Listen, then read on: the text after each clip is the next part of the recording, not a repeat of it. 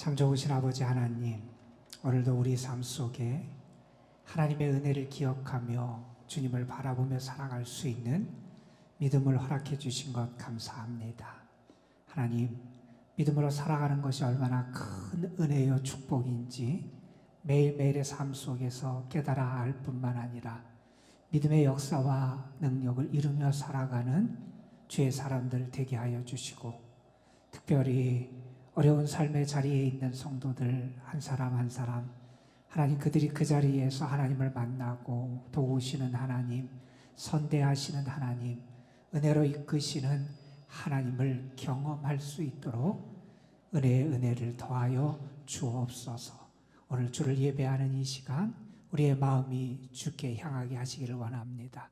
우리의 심령 속에 주님을 만나고 주님을 품는 역사가 있게 하시기를 원합니다. 주의 선하심을 믿으며 주를 의뢰하며 주께 부르짖으며 주를 향해 나아갈 수 있도록 주님 도와주시기를 소망합니다. 그래서 이 시간 예배의 자리를 통하여 우리와 함께 하시는 주님, 우리를 도우시는 주님, 우리를 이끄시는 주님, 우리를 품에 안으시는 주님, 우리를 사랑하시고 도우시는 그 주님 안에 거하고 그 주의 능력을 체험하고 주의 사랑을 경험하는 저희 모두가 되게 하옵소서. 특별히 어려운 가운데 있는 성도들에게 하나님의 자비하심과 긍휼하심과 은총을 더하여 주시기를 원합니다.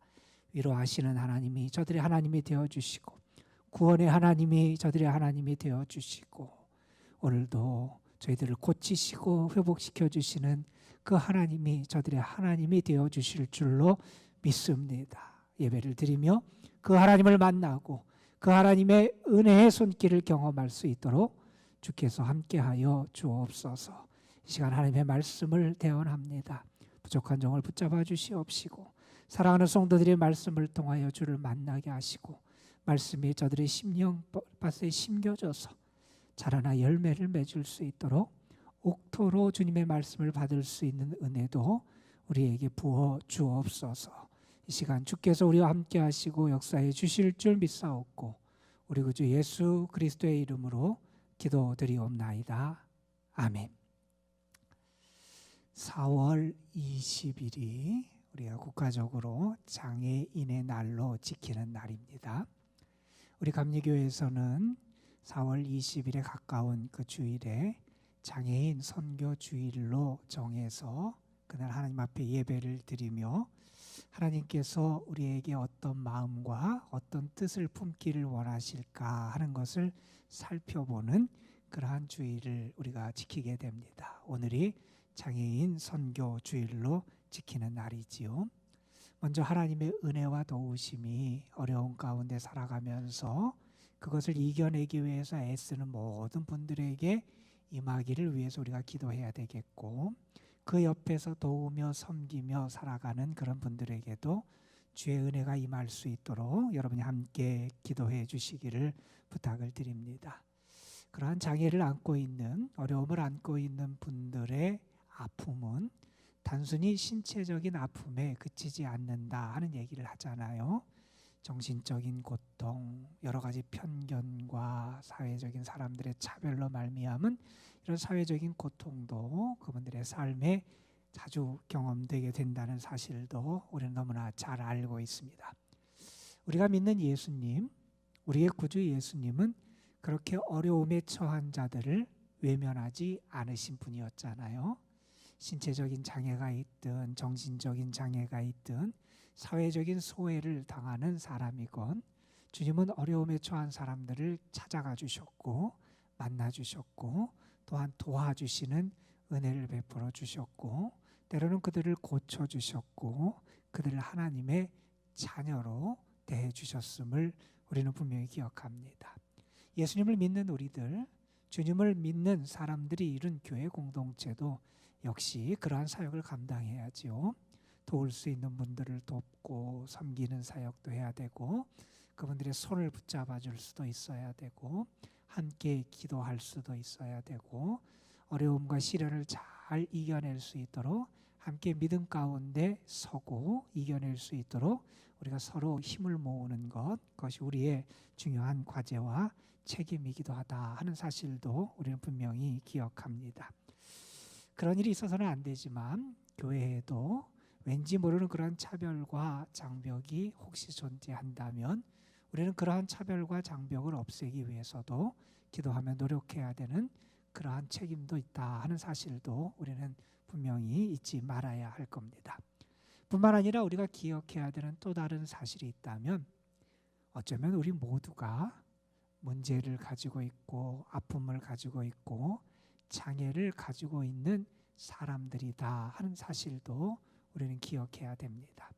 우리 모두가 문제가 있지요. 우리 모두가 무언가 부족한 점이 많은 불완전한 존재다 하는 사실도 우리는 분명히 깨달아야 합니다. 우리 자신의 이러한 모습과 현실을 인식하면서 그러한 인식하에서 다른 사람들에 대한 우리의 태도, 자세도 우리가 세워 나가야 되겠지요. 무엇보다도 중요한 것은 어려움의 시간, 어려움의 상황, 때로는 그것이 핸디캡이 됐든 신체적인 어떤 문제가 됐든 그의 삶의 사회적이고 정신적인 문제가 됐든 그것을 잘 극복하고 이겨나가야 되는 게 우리의 삶의 신앙의 과제일 겁니다. 오늘 말씀은 우리로 하여금 우리가 어떻게 어려움에 처했을 때, 우리의 한계 상황을 만났을 때, 우리의 부족함과 불완전함과 연약함에 직면했을 때 우리가 어떻게 이겨나갈 수 있는지를 우리에게 가르쳐주는 그러한 말씀이기도 합니다. 우리가 성경을 보면 우리 인생의 모습과 상황을 여러 가지로 설명하는 가운데 광야의 이미지를 가지고 우리의 인생을 묘사하는 그런 말씀들을 만나게 돼요. 그가 어떤 문제가 있든 없든 신체적인 한계와 핸디캡과 장애를 가지고 있든 그렇지 않든 그가 건강하든 그렇지 않든 모든 사람은 광야에서 살아간다 하는 거죠. 광야라고 하는 것은 낮에 아주 그 뜨거운 태양 때문에 우리가 때로 고통을 겪는 시간을 가질 것이 광야이기도 하고 때로는 한밤에 매서운 추위 때문에 우리가 움츠리고 몸이 얼어붙는 것 같은 그런 상황에 처하는 것이 광야이기도 하지요. 기후적인 어려움만 있는 것이 아니라 광야는 그것이 결핍의 땅, 부족의 땅임도 우리는 너무나 잘 알고 있어요. 아무것도 없는 뜻이 광야지요. 물 한 모금 구하기도 어렵고 풀 한 폭이 만나고 나무 한 그루 만나기도 사실은 어려운 것이 사막, 광야입니다. 생명이 살아가기가 어려운 것이 광야이지요. 이러한 결핍의 땅, 이러한 열악한 삶의 자리. 그런데 성경은 우리에게 광야를 그렇게만 묘사하는 게 아니라 이렇게도 묘사합니다. 광야는 우리가 고개만 들면 하나님을 배울 수 있는 자리가 광야고, 광야는 우리의 귀가 열리기만 하면 하나님의 음성을 들을 수 있는 곳이 광야다 하는 그런 말씀을 합니다. 이스라엘 백성들이 광야 생활을 하면서 하나님을 만나요. 이스라엘 백성들이 광야 생활을 하면서 하나님의 음성, 하나님의 말씀을 그들이 듣게 돼요. 그래서 어떤 의미에서 신앙생활은 광야에서 광야와 함께 시작한다, 그렇게도 말할 수 있을 겁니다. 광야, 하나님의 음성을 듣는 자리고, 광야는 하나님의 역사하심을 체험하는 자리고, 광야는 하나님의 하나님 되심을 고백할 수 있는 자리가 또한 광야다, 이렇게 말할 수 있는 겁니다. 우리의 삶도 때로 광야 같은 삶의 자리에 처할 때가 있지요. 하지만 그곳에서 우리가 하나님의 음성을 분명히 듣는다면 그 어려움의 자리는 축복의 자리로 바뀌게 될 겁니다. 우리가 그 광야에서 우리 하나님을 배웠고 그 하나님에 의해서 새롭게 만져주심을 경험하게 된다면 그 고난의 자리, 고난의 시간은 우리에게 은혜의 자리, 승리의 자리가 될 수 있다는 겁니다. 우리에게 중요한 것은 우리가 이러한 삶의 자리와 여건과 환경에서 어떠한 믿음으로 살아갈 것이냐, 어떠한 믿음으로 승리할 거냐, 어떠한 믿음으로 굳게 설 것이냐, 어떠한 믿음으로 우리가 이겨낼 수 있을 것이냐 하는 것을 우리는 고민하게 됩니다. 어느 분이 그의 젊은 시절에 19세기 중반에 있었던 일인데 하루는 교회를 가려고 그러는데 날씨가 너무 안 좋은 거예요. 겨울이고 눈보라가 몰아쳐서 마차가 이동할 수 없는 상황이었어요. 자기가 다니는 교회를 가지 못하고 가까이에 있는 어느 교회를 겨우겨우 찾아갔어요. 그 당시에는 교회들에 이렇게 목회자들이 다 있지 못한 상황이라 순회하면서 예배를 드리던 그쪽 상황이었는데, 그날 눈보라 때문에 그 교회를 예배를 인도하러 목사님도 못 오는 상황이었어요. 교인들이 10여 명 모여 있고 아주 작은 교회였고 목사님도 없어서 한 신자가 일어나서 말씀을 읽고 간단하게 하나님의 말씀을 증거하는 그런 시간을 갖게 돼요. 한 분이 일어나서 하나님의 말씀을 읽은 다음에 하나님의 말씀을 증거하는데, 그런 말씀을 증거해요. 하나님이 오늘 우리에게 어떤 말씀을 하시느냐, 이러한 상황과 환경에서 하나님을 바라보라고 말씀한다 하는 이야기를 하면서 이런 얘기를 해요. 하나님을 바라보는 것은 우리가 많은 노력을 해야 되는 게 아니라는 얘기를 해요. 많이 걷고 많이 무슨 손으로 움직이고 노력해서 하나님을 바라보는 게 아니다 하는 얘기를 해요. 하나님을 바라보는 것은 그 사람의 연륜이 깊고 몇십 년을 살아가고 그런 경험을 해야 하나님을 바라볼 수 있는 게 아니다 하는 얘기를 해요. 나이가 어르건 많건 우리는 아주 쉽게 하나님을 바라볼 수 있다, 그런 얘기를 하면서 사람들을 초대합니다. 여러분, 하나님을 바라보십시오, 예수님을 바라보십시오 하는 그런 이야기를 해요. 아주 단순한 이야기였어요. 그리고 아주 단순한 그런 설교의 내용이었지요. 그런데 그날 그 예배에 참석했던 이분에게 그 마음속에 이 말씀이 심겨져요. 하나님이 지금 나에게 하시는 말씀이구나 하는 그런 생각을 하게 되고 그 말씀을 붙잡게 돼요. 아주 단순한 내용이지요. 어렵고 힘든 시기를 살아가고 고난의 자리와 역경의 자리에 있을 때 무엇을 해야 되느냐? 주님을 바라보라는 겁니다. 그것이 살 길이고 그것이 은혜의 길이다 하는 사실을 분명히 알게 되었다는 겁니다. 오늘 역대하 20장에 있는 말씀, 지난주에 우리 함께 말씀을 읽는 분들, 우리 성경 공부를 하는 분들과 이 역대기를 읽었어요. 그래서 이 말씀 오늘 택해서 함께 은혜를 나누게 됐는데, 오늘 말씀에 보면 유다라고 하는 나라가 어려움 가운데 처한 그 위기의 상황을 우리에게 소개하는 내용이 오늘 말씀의 내용이에요. 모압, 암몬 이 두 나라 사람들이 마원이라고 하는 지역의 사람들과 연합해서 유다 나라를 침공해 들어오게 됩니다. 엄청난 위기 상황에 처하게 돼요. 당시의 전쟁은 그 나라 군인의 숫자가 얼마나 많으냐 여기에 따라서 주로 승패가 좌우됐는데, 세 나라가 연합해서 한 작은 나라를 쳐들어왔으니 전쟁의 결과는 아주 눈에 뻔하게 보이는 그러한 상황이었습니다. 민족이 말살될 위기고 국가가 망할 그러한 위기 상황을 만나게 됩니다. 그런데 그러한 위기 상황에 오늘 말씀해 보면 하나님을 의뢰하는 가운데 그 상황을 극복한 한 사람, 그리고 그의 백성들이 등장을 해요. 그 왕의 이름은 여호사밧이라고 하는 왕이고, 그 당시 유다 나라의 백성들이 그 상황에서 하나님의 은총을 경험하게 됩니다. 성경에 보면 그 연합군 대적에 대해서 이렇게 소개를 해요. 그들은 큰 무리였다 이렇게 설명을 합니다. 적은 숫자가 아니었다는 거지요. 유다 나라 사람들이 그들의 군대가 감당할 수 없을 만큼 큰 무리, 많은 사람이 그냥 몰려와도 두려운데 그 많은 사람이 나를 해야겠다고, 나를 잡겠다고, 나를 멸망시키겠다고 그렇게 침략해 들어오는 그러한 상황이었어요. 오늘 말씀 그 앞에 있는 20장 3절에 보면 그때 여호사밧의 반응을 이렇게 소개합니다. 여호사밧이 두려워했다 이런 말을 해요. 물론 두렵겠죠. 당연히 두렵겠지요. 큰 나라들이 연합해서 자기를 공격해 들어오는 상황, 얼마나 두렵겠어요.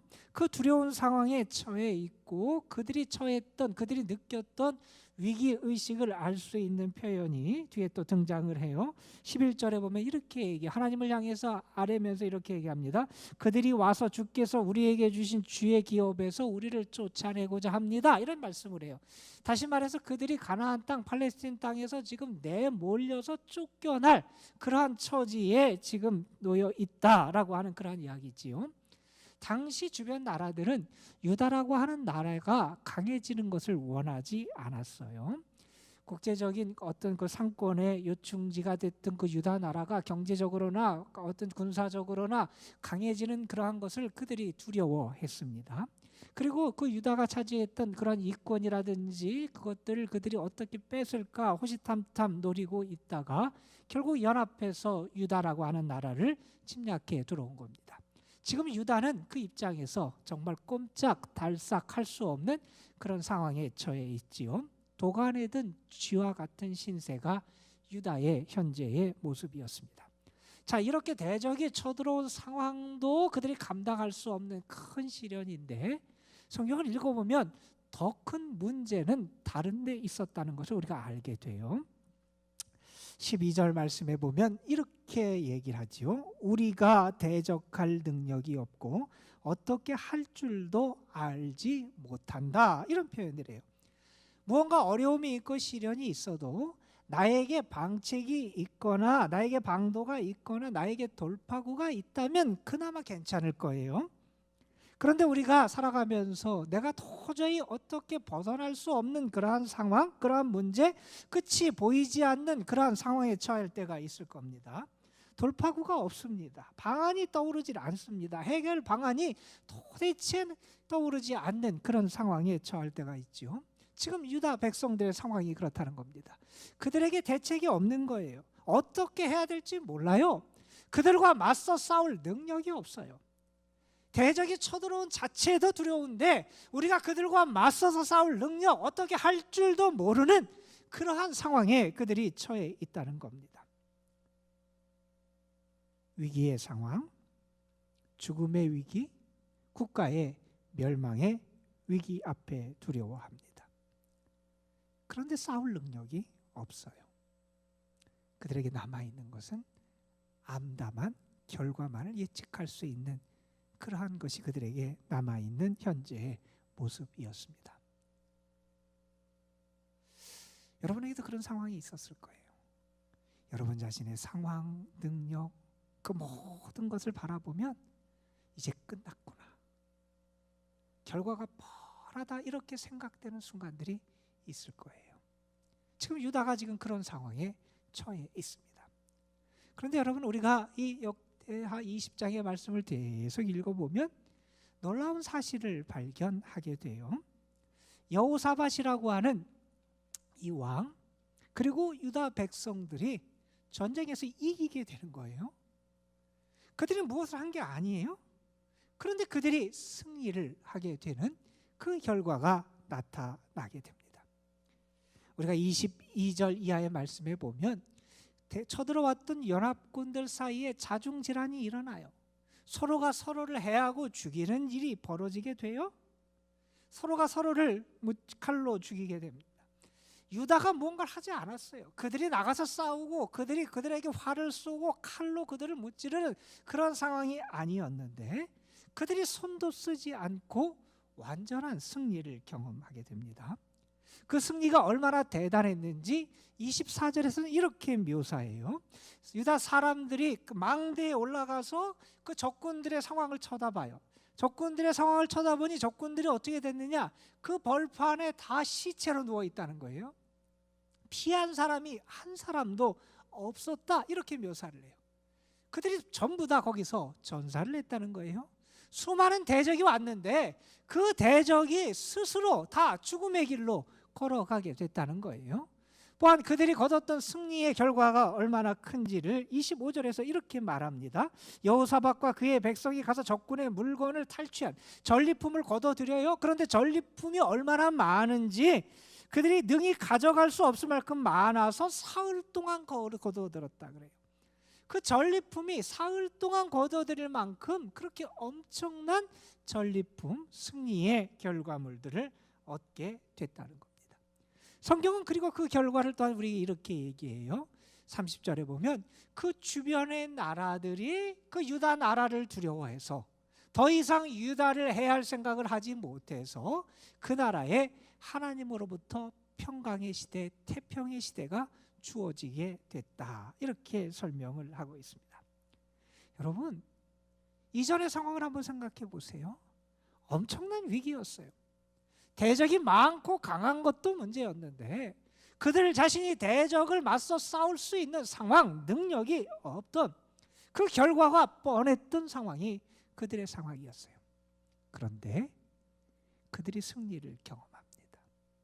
여호사밧 왕, 유다 백성들이 승리를 경험하게 됩니다.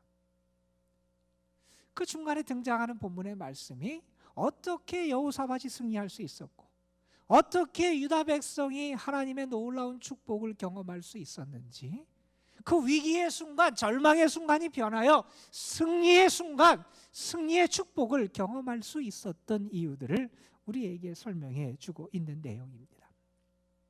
여호사밧이 대적이 쳐온다는 소식을 들었을 때 먼저 여호사밧은 두려운 마음을 갖게 돼요. 그리고 3절의 말씀 보면 두려움 가운데만 그냥 머무는 게 아니라 그는 여호와께 낯을 향했다, 이런 표현을 해요. 그의 얼굴을 누구에게 향했느냐? 하나님께 향했다는 겁니다. 다시 말해서 하나님을 의뢰하고 의지하기 시작했다는 거예요. 여러분, 사실 우리가 오늘 말씀만 보면 여호사밧이 대단한 사람처럼 보이지만 그 앞에 등장하는 18장, 19장의 말씀을 보면 여호사밧이 잘못했던, 실책을 했던 그런 이야기도 우리가 만나게 돼요. 당시 유다의 왕이었던 여호사밧, 그가 취했던 하나의 정책 가운데 하나는 무엇이냐 하면 하나님을 의뢰하고 하나님 안에서 국가의 안위를 찾고 하나님의 방식을 따른 것이 아니라 사람을 의지하고 다른 나라의 힘을 빌어서 나라를 안정시키려고 했던 그러한 시도를 그가 했음을 보여줘요. 그가 의지했던 대상이 누구냐면 북왕국 이스라엘이었어요. 그 당시 북왕국 이스라엘의 왕이 누구냐면 우리가 너무나 잘 아는 아주 폭정과 그 땅을 우상숭배의 땅으로 만들었던 아합이라고 하는 왕이었어요. 하나님을 멀리하는 왕, 하나님의 뜻대로 행하지 않는 왕, 그 아합과 연합하면서 국가의 안위를 지켜나가려고 했던 그러한 잘못된 시도를 했던 게 여호사밧이었어요. 하나님은 그의 그러한 모습을 기뻐하지 않으셨어요. 자, 그런데 국가가 지금 위기의 상황에 직면하고 위기에 봉착한 이 순간 여호사밧이 정신을 차려요. 두려운 상황을 만났어요. 내가 어찌 해야 될까? 그가 아마 많이 고민했을 겁니다. 그러다가 그는 방법을 찾아요. 여호와를 향하여 그의 얼굴을 향합니다. 하나님을 바라보기 시작합니다. 하나님을 의지하기 시작합니다. 내 살 길이 어디에 있느냐? 우리가 살아갈 길, 우리가 이 가운데서 이길 수 있는 길이 우리 하나님께 있음을 발견하고 그 하나님께 그 얼굴을 향하게 됩니다. 오늘 말씀 12절 말씀에 이렇게 말하지요. 우리를 치러 오는 이 큰 무리를 우리가 대적할 능력이 없고 어찌할 줄도 알지 못하옵고 오직 주만 바라봅니다. 나의 상황, 나의 능력, 우리가 아무것도 할 수 없는 상황이라. 그 상황에서 우리가 할 수 있는 일은 다른 것이 아니라 오직 주만 바라보는 거다 하는 그런 고백이죠. 우리가 좋아하는 시편 46편은 우리에게 이렇게 고백하도록 우리를 초청합니다. 하나님은 우리의 피난처요 힘이시니 환난 중에 만날 큰 도움이시라. 내가 위기의 순간 어떻게 해야 되느냐? 하나님을 의뢰하라는 겁니다. 하나님을 바라볼 수 있어야 한다는 겁니다. 히스기야 왕이 죽을 병에 들지요. 그가 병에 들었을 때 아마 나라의 왕이었으니까 좋은 약도 많이 써볼 수 있었을 거고 아주 훌륭한 명의들의 도움을 받을 수도 있었을 거예요. 그가 죽을 병에 걸렸다고 하는 그 통보, 그 상황 안에서 히스기야는 어떻게 하냐면 하나님을 향하여 기도하기 시작하죠. 그가 살 길이 어디에 있는지를 분명히 알았던 거죠. 성경은 우리에게 말합니다. 여호와를 의뢰하라는 겁니다. 하나님을 바라보라는 겁니다. 여호사밧과 유다 백성이 그들의 능력으로는 도저히 감당할 수 없고 이길 수 없는 상황에서 이겨낼 수 있는, 그리고 승리할 수 있었던 비결을 오늘 말씀은 우리에게 또한 이렇게 얘기해요. 그들이 하나님께 기도했다. 이런 말씀을 해요. 대적이 쳐들어온다는 얘기를 들었어요. 그들이 어디에 모였냐면 하나님의 성전에 모여요. 하나님이 계신 곳, 그들의 인생이 달라질 수 있는 것, 하늘의 은혜를 경험할 수 있는 그 장소에 모여요. 그리고 어떻게 하냐 하면 왕이 금식을 선포해요. 그의 낯을 얼굴 하나님께 향한 다음에 온 백성을 향해서 금식을 선포해요. 왕이 모든 백성에게 금식을 선포했던 첫 번째 사건이 바로 여기서 등장하는 사건이었어요. 금식으로 하나님 앞에 기도한다고 하는 것은 목숨을 내놓고 기도한다는 거예요. 내 자신을 죽이면서 하나님 앞에 기도하는 그러한 삶을 시작하게 됩니다.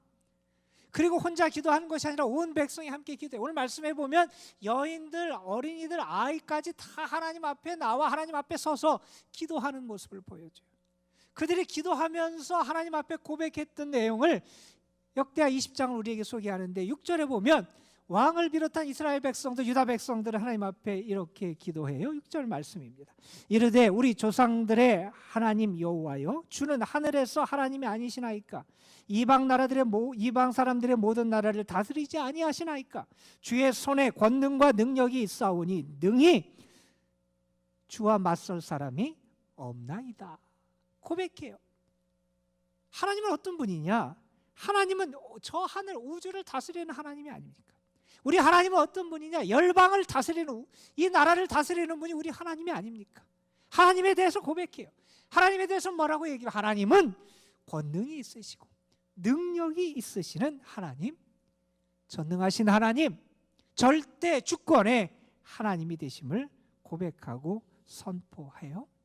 그리고 하나님의 약속을 붙잡고 하나님께 기도해요. 하나님께서 우리 조상 아브라함에게 주신 땅, 그 땅을 우리가 지킬 수 있게 해달라고 하나님 앞에 기도합니다.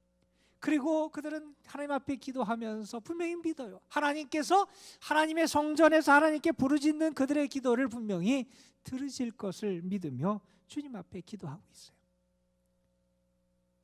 왕을 비롯해서 유다 백성들이 그들의 상황과 문제보다 더 크신 하나님을 믿었던 거예요.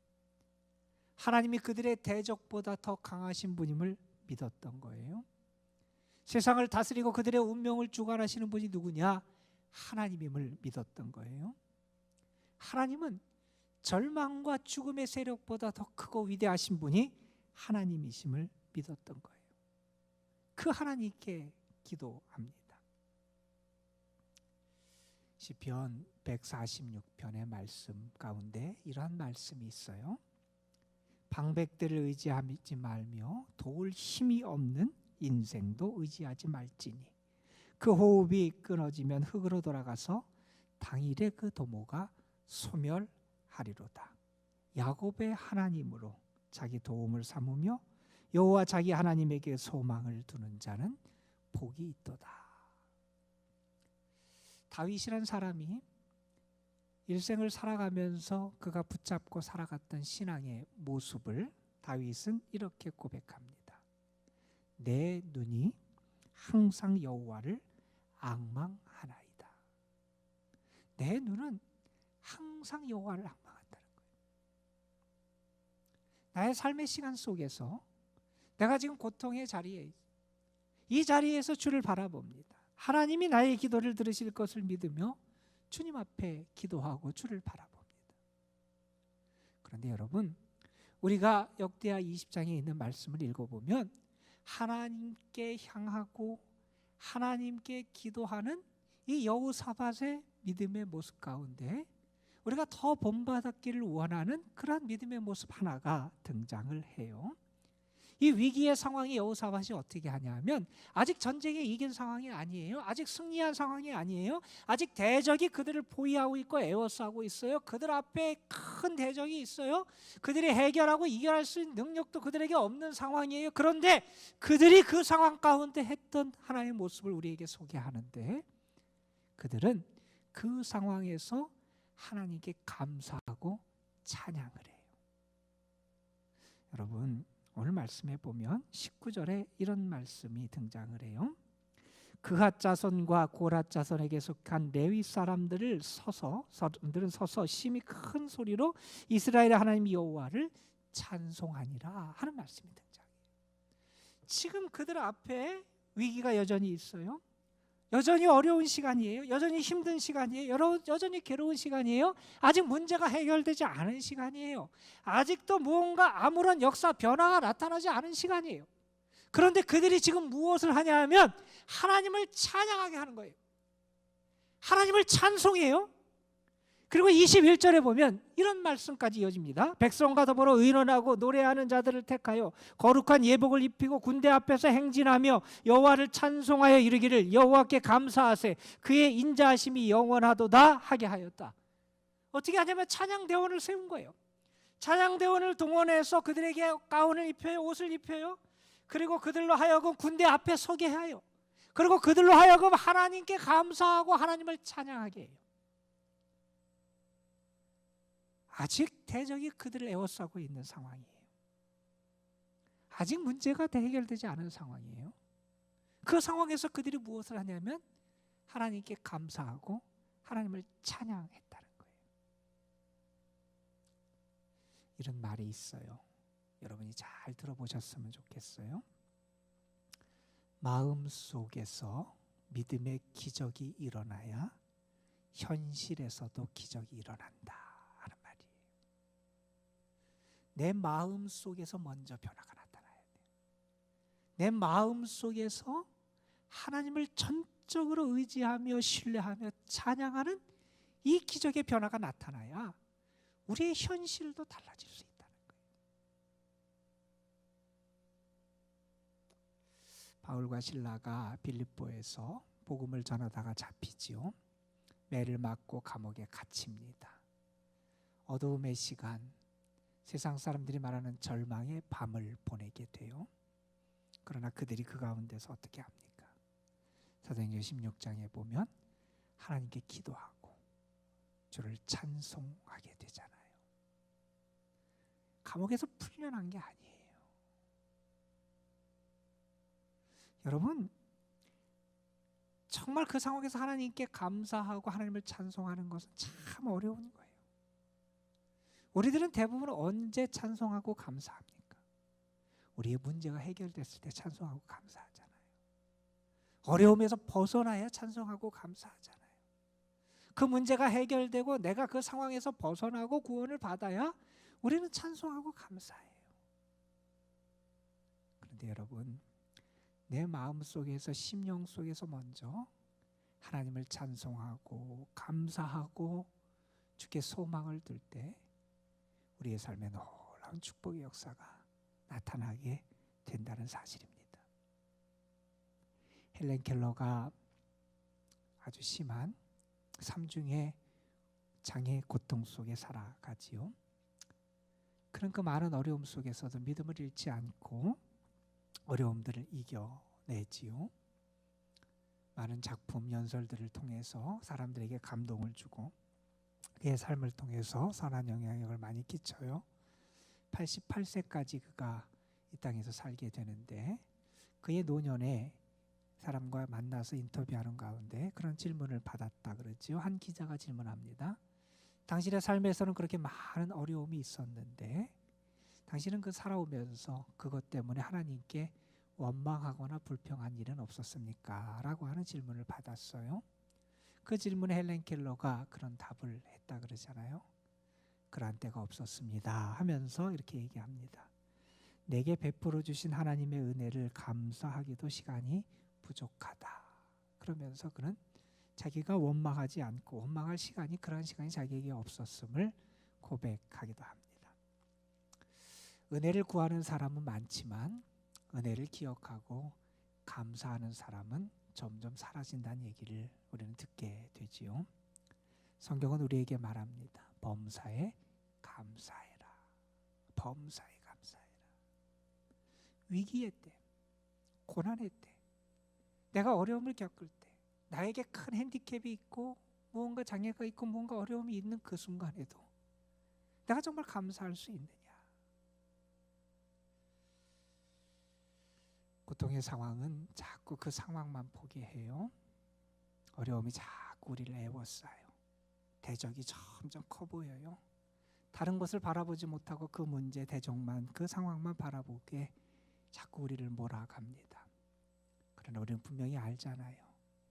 아무리 먹구름이 끼어도 그 너머에 태양이 찬란히 빛나고 있음을 우리는 아는 사람들이잖아요. 우리는 오늘도 하나님을 바라보며 살아가는 사람들이에요. 유다 백성들, 여호사밧 왕이 어려움 가운데 처했을 때 그들은 고백합니다. 나는 대적할 능력도 아무런 방법도 없습니다. 자신의 무력감을 그들은 고백합니다. 그리고 그들은 또한 고백합니다. 우리는 오직 주만 바라봅니다. 오직 주만 바라봅니다. 저는 이 고백이 여러분의 고백이 되시고 이 고백을 통해서 주께 더 가까이 하고 주를 바라보고 또한 그 가운데서 하나님께 감사하는 가운데 참된 승리를 경험하는 여러분의 삶이 되시기를 주님의 이름으로 축복합니다. 기도하시겠습니다. 아버지 하나님, 오늘도 우리로 하여금 믿음 가운데 살아갈 수 있도록 우리를 불러주신 것 감사합니다. 우리 자신의 능력 그리고 우리 자신의 힘과 지혜로 아무것도 할 수 없는 그러한 순간들, 그러한 문제들, 그러한 한계들을 만날 때가 얼마나 많은지 모릅니다.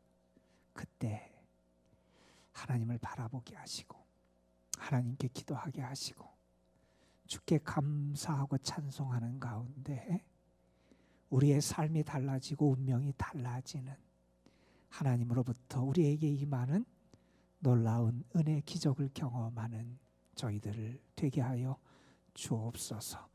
오직 주만 바라봅니다. 이 고백이 우리의 고백 또한 될 수 있도록 주님 역사하여 주옵소서. 특별히 어려운 가운데 있는 이들에게 하나님께서 이러한 믿음의 은총을 더하여 주실 줄 믿사옵고 우리 구주 예수 그리스도의 이름으로 기도드리옵나이다.